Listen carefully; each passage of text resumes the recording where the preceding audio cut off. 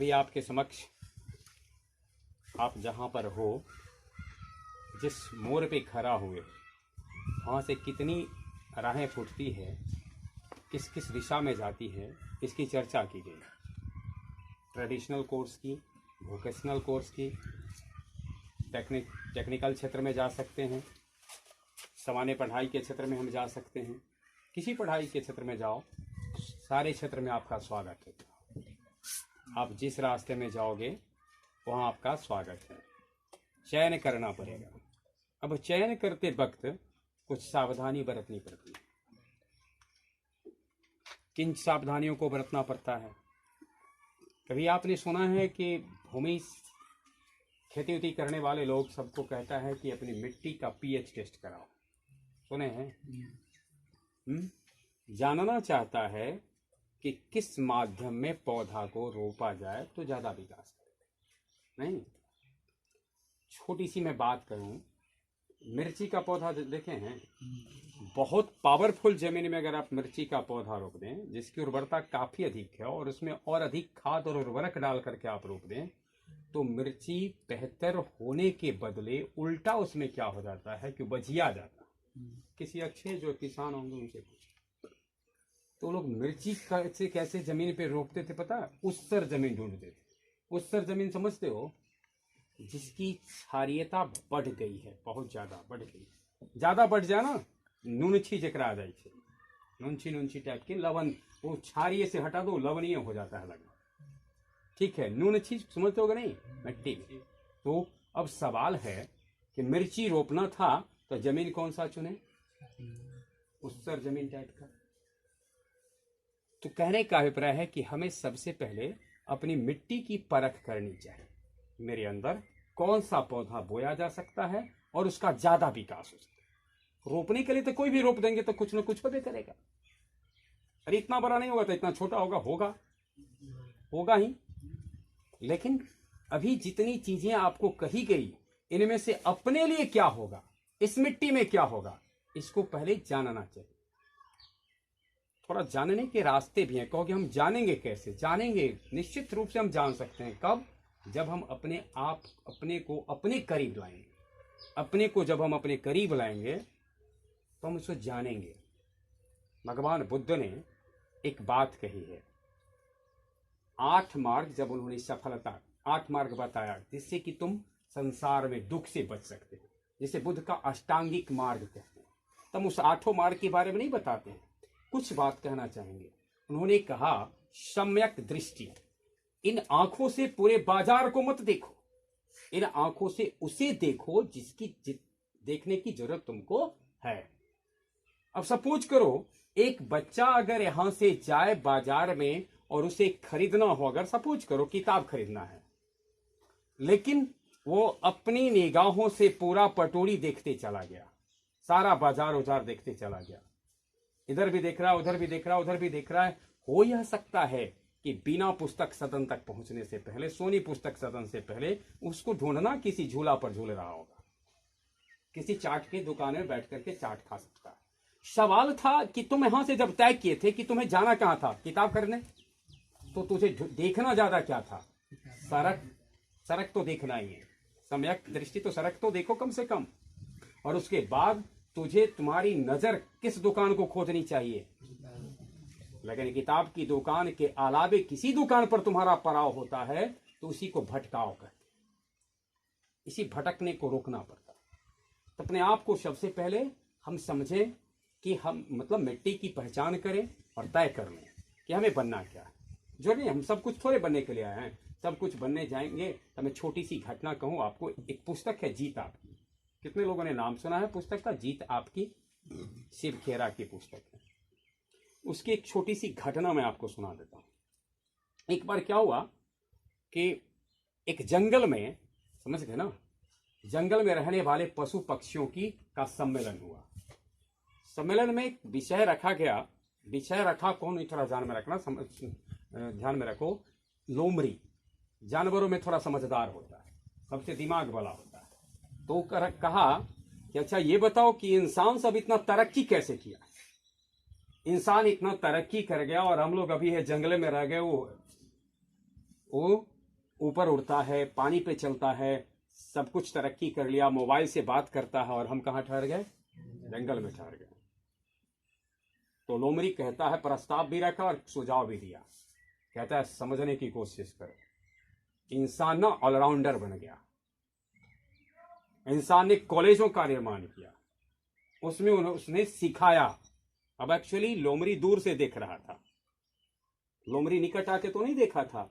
लोमड़ी कहा कि हम लोग भी अब विकास अगर करेंगे, एक ऐसा यूनिवर्सिटी खोलते हैं, एक ऐसा कॉलेज खोलते हैं जिसमें जानवरों को विविध क्षेत्र की शिक्षा दी जाएगी। कैसी कैसी शिक्षा दी जाएगी? शिकार खेलने की शिक्षा दी जाए, तैरने की शिक्षा दी जाए, उड़ने की शिक्षा दी जाए, बिल खोदने की शिक्षा दी जाए, और उसके बाद वो चबा करके खाने की शिक्षा दिया जाए। सारी शिक्षा की बात हो गई। कहा विषय नोट करो भाई, कॉलेज खोलेंगे, फैकल्टी कौन कौन रखना पड़ेगा। विषय पहले सुन लो, क्या? तैरना। विषय क्या? उड़ना, बिल खोदना। सारा विषय नोट कर लिया गया। अब हुआ कि चलो सुझाव तो तुम्हारा दे दिया, तभी भी बताते चलो इसके टीचर कौन कौन होंगे, छोटी बताओ। तो उसने कहा कि मैं बिल्कुल सरल बात है, मछली को बना दिया जाता है तैरने वाले का ये छोटी। तो लिख दिया गया, मछली का कुछ नाम होगा, लिख दिया गया। तुम आज से शिक्षा दोगे सारे प्राणियों को किस चीज की? तैरने की। समझ गए? दूसरे को कहा कि अब उड़ने की शिक्षा, तो चिड़िया को। समझ गए? इसी तरह से शिकार करने की, यानी सारे विभाग के एक्सपर्ट सब। बिल खोदने की चूहा को। चूहा, मछली, चिड़िया, सब विशेषज्ञ एचओडी बन गए और कॉलेज खुल गया। अब ये बताओ उसमें एडमिशन भी किसका हुआ? मछली का, चिड़िया का, चूहा का, चीता का, यानी शिकार करने वाले का। दो उसमें नहीं आए, लेकिन उस कॉलेज में एक कॉलेज सिंह नहीं आया का, बट हम जंगल का राजा हमेशा में जाते हैं। तुम्हारे लिए खोले हैं, हमारे लिए नहीं। हम राजा हैं। एक तो लोमड़ी जो खुद सलाह दिया था, वो भी अपने नहीं आया। वो सलाह देकर के सोचा कि थोड़ा परिणाम देखते हैं हम दूर से कि होता क्या है, परिवर्तन, उसके बाद सोचेंगे। राष्ट्रसंघ की नींव पड़ी थी ना प्रथम विश्व युद्ध के बाद, तो वुडरो विल्सन के 16 सूत्री सुझाव पर वो नींव पर गई। आपने अमेरिका गायब था। अमेरिका राष्ट्रसंघ का सदस्य नहीं था। मैं संयुक्त राष्ट्र संघ की बात नहीं कर रहा हूं, नेशन ऑफ लीग की बात कर रहा हूं। उसका सदस्य नहीं था। ठीक है? तो सुझाव देने वाला कौन था? लोमड़ी। और वो कॉलेज में एडमिशन लोमड़ी अपन बाल बच्चा के नहीं करवाया। एडमिशन किसका किसका हुआ? मछली का, चिड़िया का, चूहा का, चीता का, अन्य जानवरों का हुआ। टेस्ट हो गए। पहला संडे बीता, कहा क्या कि थोड़ा सा टेस्ट ले लेते हैं, क्योंकि ये भी इंसानों में होता है। वहां कॉलेज विलेज कोचिंग वोचिंग जो चलती है ना, उसमें वीकली टेस्ट होते हैं, तो थोड़ा वीकली टेस्ट ले लेते हैं। अब क्वेश्चन पेपर में भी क्या डाला जाएगा? यही ना, उड़ने से जुड़ा क्वेश्चन, तैरने से जुड़ा क्वेश्चन, खोदने से, बिल खोदने से जुड़ा क्वेश्चन डाला गया। मेढक कुमार तैरने उड़ने में, डुबुक्की लगाने में ग्रेड ए लाए। मछली तैरने में ग्रेड ए, उड़ने में डी, बिल खोदने में सी। चूहा बिल खोदने में ए, बाकी में डी सी ई एफ। तब वो गार्जियन को रिपोर्ट दिखाने चला गया। तो कहते गार्जियन कहते हैं नहीं देखो, मैथ तो तुम्हारा ठीक है, लेकिन फिजिक्स केमिस्ट्री बायोलॉजी पर तुमको होगा जोर देना, ध्यान देना होगा। तो जो मेढक का मतलब चूहा जो था, वो अपने बच्चे को समझाता है कि बिल खोदने वाली मत तो तुम तो ठीक नजर आ रहे हो, लेकिन उड़ने वाली में ये से नहीं काम चलेगा, परिश्रम करो। तुम समझ रहे हो ना? परिश्रम करो, तैरने में परिश्रम करो। अगर नहीं परिश्रम करोगे तो कैसे स्कॉलर स्टूडेंट बनोगे? मल्टी टैलेंटेड कैसे बनोगे? ऑलराउंडर कैसे बनोगे? अब वो समझ लेना। ये पहला टेस्ट का रिपोर्ट है, समझ गए? पहला टेस्ट में मछली को उड़ने वाली, तैरने वाले में ग्रेड ए, उड़ने वाले में एफ कुछ। अब अगली बार से क्या हुआ कि मछली जल से बाहर निकलकर आ गया पोखर के भिंडा पर। अब भिंडा पर आने के बाद वो फ्लाइंग करने की कोशिश कर रही है, उड़ने की जो मारते तो एक बार थोड़ा सा उड़ के नीचे गिर गया। अब वो चोट लगती है, उड़ने की कोशिश में चोट में जो पर थे डैना, जिससे कि तैरने में मदद मिलती, उसे टूटने लगा। समझ रहे हो ना, घायल, हॉस्पिटल में अब जाने की जरूरत पड़ी। चूहा बिल से बाहर निकल करके सोचा तनी तैरने की कोशिश कर लेते हैं, कूद गया पानी में, इन्फ्लुएंजा और जुकाम, सर्दी जुकाम का शिकार हो गया। समझ गया कि नहीं? इसी प्रकार से हुई कक्षा खत्म हुई। एक सप्ताह बाद फिर से रविवार आया और फिर से टेस्ट पेपर आ गए। अब देखिए, जिस मछली को तैरने में ग्रेड ए मिला था पहले, अब उसको तैरने में भी ग्रेड बी मिल गया। क्यों से मालूम चला ना, वो डायनामा जो टूट गया था, इसलिए। जो चिड़िया को मतलब उड़ने में ग्रेड ए मिला था, उसको बी मिल गया। चूहा को जो मिला था बिल खोदने में ग्रेड ए, उसको मिल गया सी। अब तो संकट अब गया क्वेश्चन पेपर। फिर रिपोर्ट कार्ड दिखाने गया अभिभावक को। रिपोर्ट कार्ड देख करके कहते हैं, अरे तेरी के, इसको हम कहे थे कि तुम थोड़ा सा दूसरे विषय पर ध्यान दो। इसका दूसरा विषय तो गया ही, अपना विषय भी चला गया। सारे गार्जियन पहुंचे प्रिंसिपल के पास और कहा कि ये शिक्षा इंसाने को मुबारक हो, इस कॉलेज उसी को दो, ये कॉलेज हटाओ, नहीं बनना मुझको, ये कॉलेज तोड़ दूं, नहीं तो पता चलेगा कि मेरा बाल बच्चा तैरना भूल गया, बिल खोदना भूल गया, कहीं का नहीं रहेगा। अब मैं कहानी तुमको क्यों कहा, कॉलेज बंद कर दिएगा क्यों कहा? कहने का आशय यह था, हम जिस काम के लिए विशेष रूप से बने हैं, उस काम को अगर हम ईमानदारी से, हम दूसरे काम में भी कर सकते हैं, लेकिन उतना सुंदर परफॉर्मेंस नहीं है। अभी हमारे एक दोस्त ने कहा कि मुझे कहा किसी ने कि तुम कंप्यूटर साइंस छोड़ दो। एक्चुअली मैं आपको बताना चाहता हूं, उन्होंने कंप्यूटर साइंस दिल की आवाज से नहीं स्वीकारा होगा। जो दिल से मोहब्बत करते हैं वो ये आरोप नहीं लगाते, है ना। कभी परिंदा आरोप नहीं लगाता उस दीपक पर कि मुझे जला दिया है, क्योंकि उसका मकसद जल जाना होता है। वो ये नहीं सोचता कि उसने मुझको जला दिया है। वो परवाने कब समा पर आरोप लगाएंगे, और जो समा पर आरोप लगाए परवाना, वह परवाना ही नहीं होता। बच्चन जी ने लिखा, पीकर मदिरा मस्त हुआ तो प्यार किया क्या मदिरा से। अब कंप्यूटर साइंस अगर दिल से अगर लिए होते, दिल से अगर उनकी इच्छा हुई होती, तो किसी दूसरे को नहीं कहते कि तुम कंप्यूटर साइंस मत लो। यहां दो बातें होगी, या तो उस राह के राही नहीं थे, उस राह में व्यवसाय करने चले थे, अथवा दूसरी बात हुई होगी, उस स्वार्थ से नहीं चाहते हैं, उस राह के लाभ जो होंगे उससे कहीं दूसरा ना उसका लाभ उठा ले, इसलिए नहीं चाहते। तीसरी कोई बात नहीं। एक छोटी सी और घटना मैं जोड़ूं। एक आदमी अफ्रीकन महादेश में एक बार गया, समझ गया ना। बात क्या था, यहां से ले गया आदि, समझते हैं ना, आदि अदरक 1.5 बोरा ले गया। वहां के लोग को ले गया ना, तो बड़ा सुंदर लगा, आदि खाया से काफी सुंदर लगा। इसकी इच्छा हुई कुछ दिन बाद कि लौट चलते हैं भारत।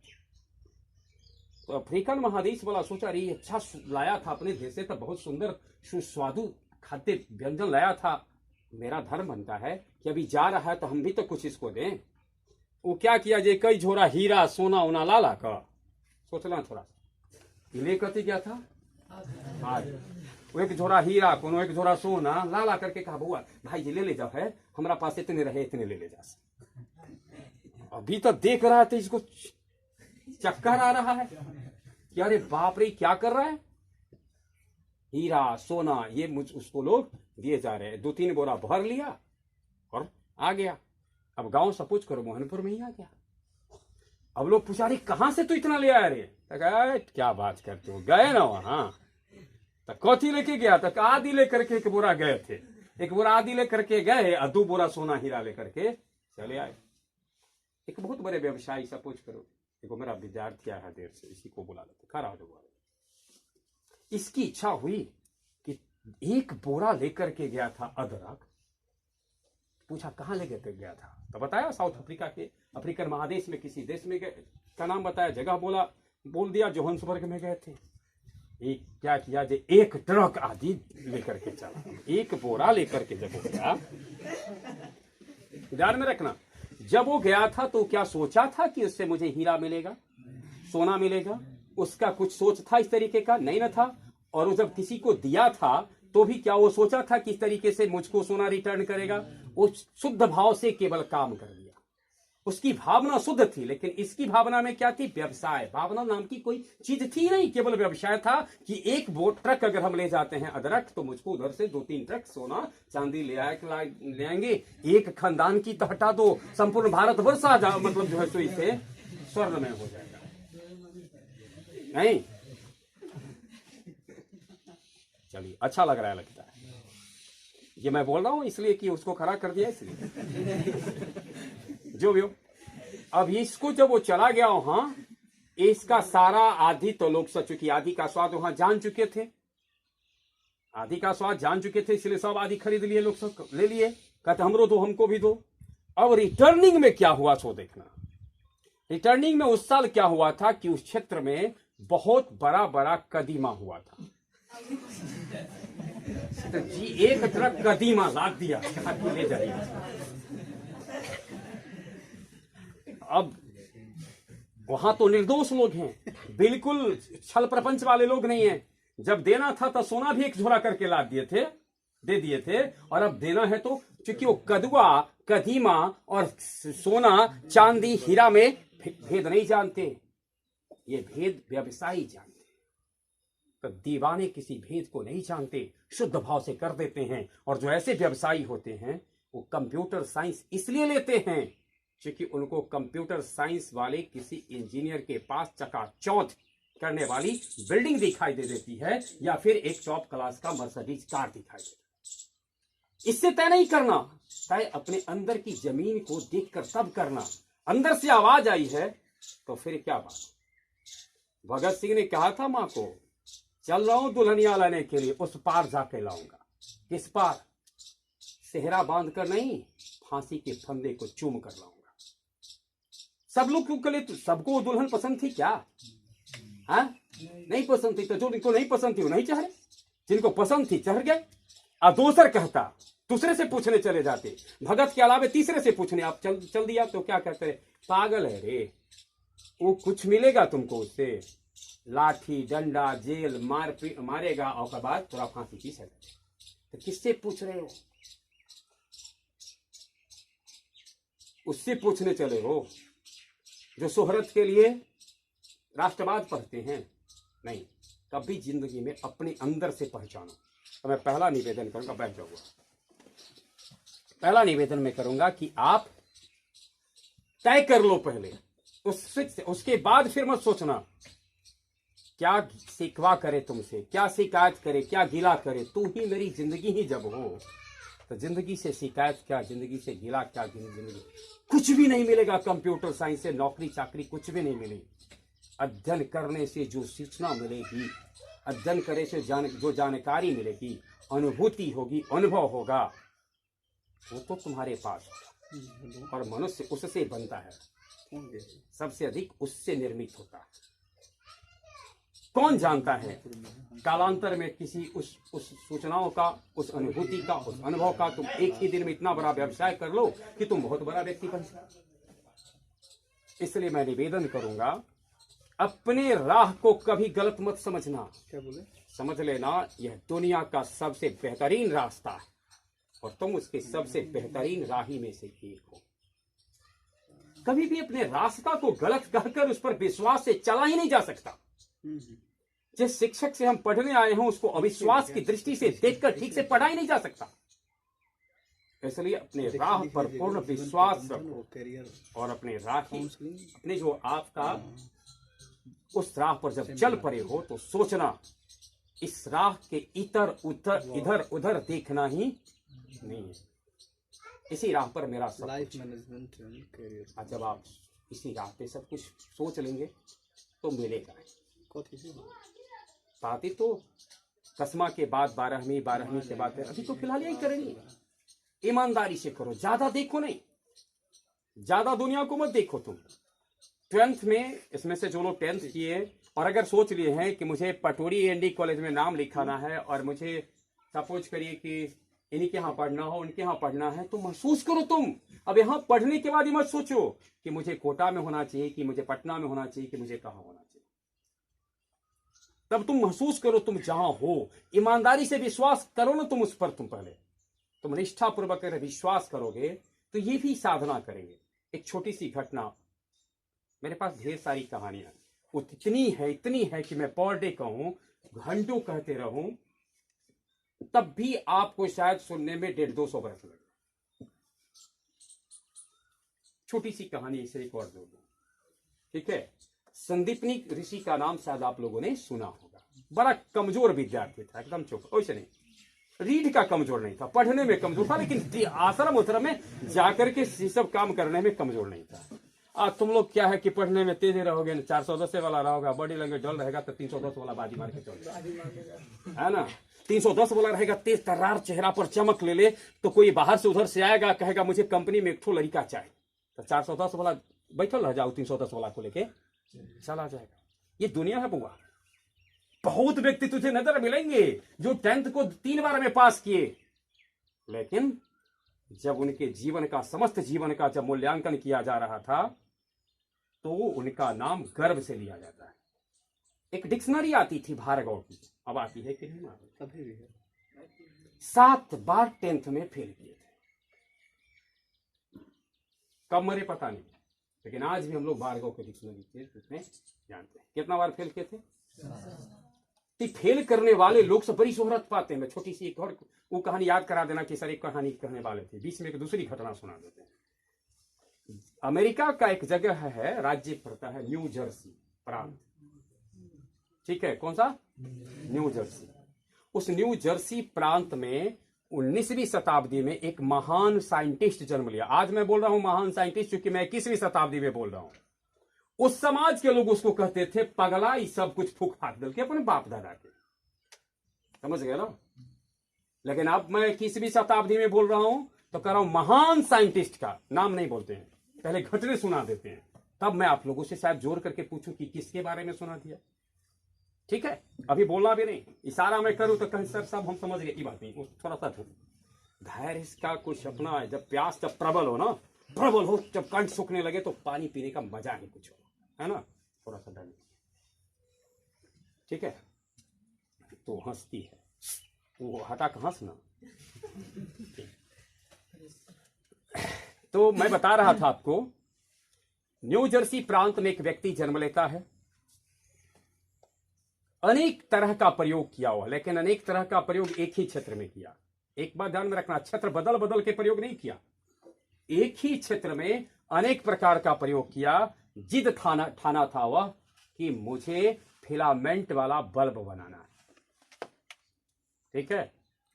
1870 ईस्वी की घटना है। 1870 ईस्वी में उस समय आते आते उसका सब कुछ जलकर राख हो गया। अपनी पूरी संपत्ति जायदाद को लगाकर उसने जिस अपने प्रयोगशाला का निर्माण किया था वो ध्वस्त हो गया। सारे लोग कलेजा पीट रहे थे, केवल एक मुस्कुरा रहा था। गांव घर के लोग कह रहे थे देखिए सब कुछ जल करके राख हो गया इसका, और एक था जो मुस्कुरा रहा था। वो कौन था? तो वही था, भी नाम नहीं बोल रहा।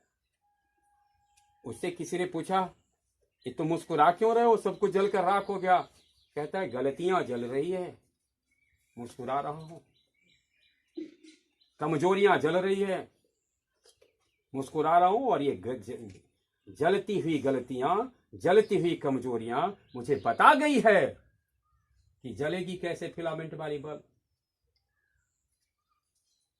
तो सब लोगों को क्या लग रहा था? सब कुछ जल के राख हो रहा है, और एक को लग रहा था ये मुझे बता के चला गया, ये जो शॉट लगा है अब मुझे बता दिया है कि जलेगा कैसे। 500 प्रयोग लगभग हो चुके थे अलग अलग किताबों में। कुछ किताब कहते हैं 1000 प्रयोग की, कुछ किताब 500 की, 500 ही मान लो। 500 बार तथा कथित उसके लिए शब्द जोड़ा गया, असफल असफल असफल। लेकिन अपने लिए उसने कभी असफल नहीं कहा, एक बार भी असफल शब्द को उसने लिखा ही नहीं। 1870 ईस्वी की बात हम तुमको बताए। 1879 ईस्वी, 9 वर्ष पश्चात उसके नाम पर विद्युत विभाग से विद्युत से जुड़े 1024 खोज के पेटेंट हैं आज उसके नाम पर। यानी इतने खोजों में पेटेंट का हकदार बना हुआ। पेटेंट समझते होंगे, नहीं समझते होंगे तभी मैं उतना ज्यादा पीछे नहीं जाना चाहता हूं। जो समझते होंगे वो समझते होंगे, जो नहीं समझते होंगे वो केवल इतना समझ ले कि उसका मालिकाना हक उसको मिल गया 1024 प्रोडक्ट का। 1879 में एक पत्रकार ने उससे पूछा कि अपने उन 500 असफल प्रयोग के बारे में आप बताएं, तो उसने कहा इसे सुधार लें। वो 500 वो बूंद थी जो मुझे बता रही थी सफलता का राह ये नहीं है। वो सूत्र थे जो बताया मुझको कि इस रास्ते से तुम सफल नहीं हो सकते। तो जो मुझे यह बता दे कि इस राह में तेरी मंजिल नहीं है, उसे हम असफल कहेंगे कि सही कहेंगे। किसी बुजुर्ग से आपने पूछा वहां जाकर के और उसने बताया बुआ इधर से नहीं जा पाओगे, तो गलत रास्ता बता दिया। वो कौन था मालूम है? वह था थॉमस अल्वा एडिसन। कौन था? Thomas Alva Edison. तो दुनिया में ढेर सारे असफल लोगों की कहानी है, काफी सफल हो जाता है। समझ रहे हैं ना? मैं आपको बोला 410 आप शायद लाए और आपके लैंग्वेज ऐसे होंगे तो हम लोगों के कैसे हो जाएंगे? नहीं, 410 लाने के कारण मोहनपुर की जिम्मेदारी, मतलब बहुत सारी जिम्मेदारी मेरी बढ़ गई है। कहते हैं शक्ति सत्ता ज्ञान मिले तो व्यक्ति की जिम्मेदारी बढ़ जाती है। इस लॉकडाउन में मैं आपके बीच में क्यों आया हूं? अपनी जिम्मेदारी के एहसास से मुझे लगा कि मुझे चल करके बताना चाहिए कि 10वां के बाद 12वीं के बाद या इस परिस्थिति में हमें करना क्या चाहिए। इस बहाने हमारी मुलाकात होगी। लॉकडाउन में सब कुछ किस प्रकार से पटरी पर चल कुछ नहीं रहा है तो जंग तो नहीं लग गया? थोड़ा थोड़ा चलते नहीं, अगर नहीं चलना है तो ग्रीजिंग तो थोड़ा सा होना चाहिए ना, माइंड को ग्रीजिंग करना, फिर थोड़ा सा रास्ते पे चल सके इसकी कोशिश, इसके लिए व्यवस्था कैसी हो। इसलिए हम लोगों ने सोचा कि नहीं हमें चलना चाहिए। तो निवेदन है कि आप बहुत सावधानी से चयन करें और चयन जब कर लें तो एकदम चल दीजिए उस रास्ते पे, फिर कुछ मत दूसरा रास्ता उसका मत देखिए, उस राह पर ही सब कुछ मिलेगा। चलिए, वो कहानी शायद पीछे वाली थी, संदीपनी की। संदीपनी एक सामान्य किस्म का विद्यार्थी था, बहुत ही साधारण लेकिन बहुत अनुशासित और बहुत ही सभ्य। कहते हैं अनुशासन सभ्यता संस्कृति ये जब जिसमें आ जाए तो प्रतिभा कहां कब तक नहीं आएगी, आ ही जाएगी। बहुत अनुशासित, सबसे पहले सुबह में उठना, आश्रम का जो काम है उसको कर देना, आश्रम के गाय को चराना उड़ाना, लकड़ी उकड़ी इकट्ठा करना, फूल लाना, गुरुदेव के पूजा के लिए सारी सामग्री जुटाना, और गुरुदेव ने किसी पाठ को याद करने के लिए अगर 20 मिनट कहा है तो 2 घंटा तक उसे याद करना। लेकिन इतना करने के बाद भी जानते हो उसको कोई पाठ याद नहीं होता। सप्ताह बीते, महीना बीते, साल बीत गए। अब चिंतित संदीपनी के गुरु होने लगे। ये क्या हो रहा है? हम जितना कहते हैं आधा घंटा से ज्यादा हम उसको देखते हैं सबसे ज्यादा पढ़ते हुए, हम उसे देखते हैं सबसे ज्यादा आश्रम के प्रति, हमारे प्रति उसका अनुशासन, उसकी निष्ठा, उसका विश्वास। हमने जो पहले इस्तेमाल किया था विश्वास का, इसलिए ध्यान रखना। सब कुछ तो है, फिर जो संदीपनी को होना चाहिए संदीपनी वह बन क्यों नहीं रहा है? चिंता हो गई अब किसको? गुरु को।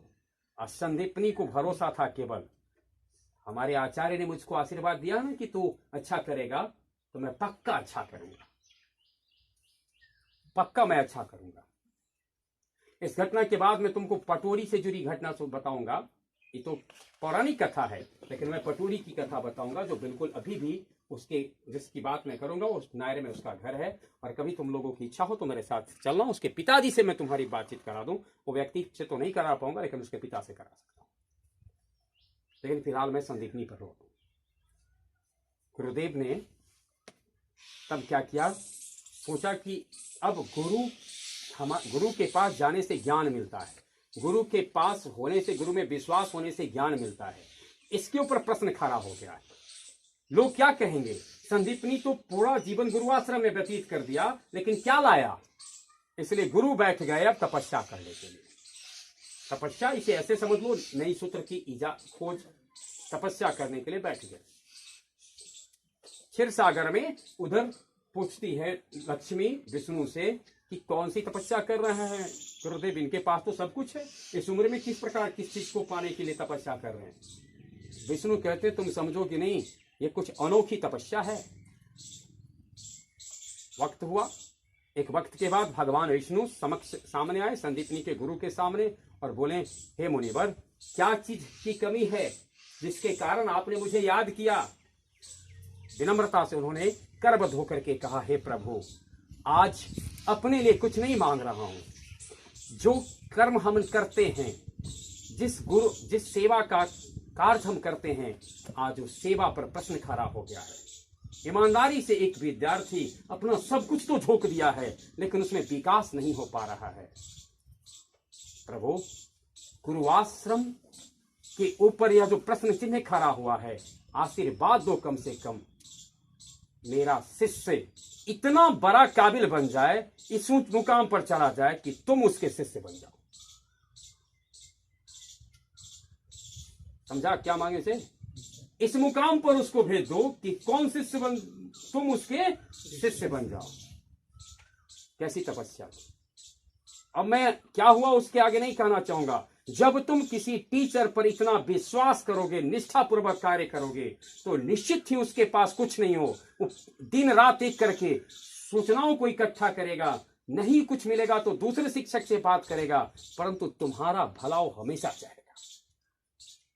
वैसी परंपरा हमारे हिंदुस्तान की रही है। जानते हो संदीपनी के शिष्य कौन बने? भगवान कृष्ण। जब विष्णु का कृष्ण अवतार हुआ तो उस विद्यार्थी का, जिसको कुछ आश्रम में गुरु का पाठ याद नहीं होता था, कितना महान गुरु बन गया कि उसके शिष्य कौन बनते? कृष्ण बनते। तो परिवर्तन होते हैं। मैं कहना इसलिए इस बात को कहा, रखना चाहा, क्योंकि आज एक बड़ी समस्या है। रास्ते को चुनने में जितनी परेशानी हमारे पास है, उससे कहीं ज्यादा परेशानी हमारे अंदर इस बात की है कि हम इस राह पर जब चल पड़े हैं तो मैं किसको अपना सहयोगी बनाऊं। अविश्वास खुद पर है।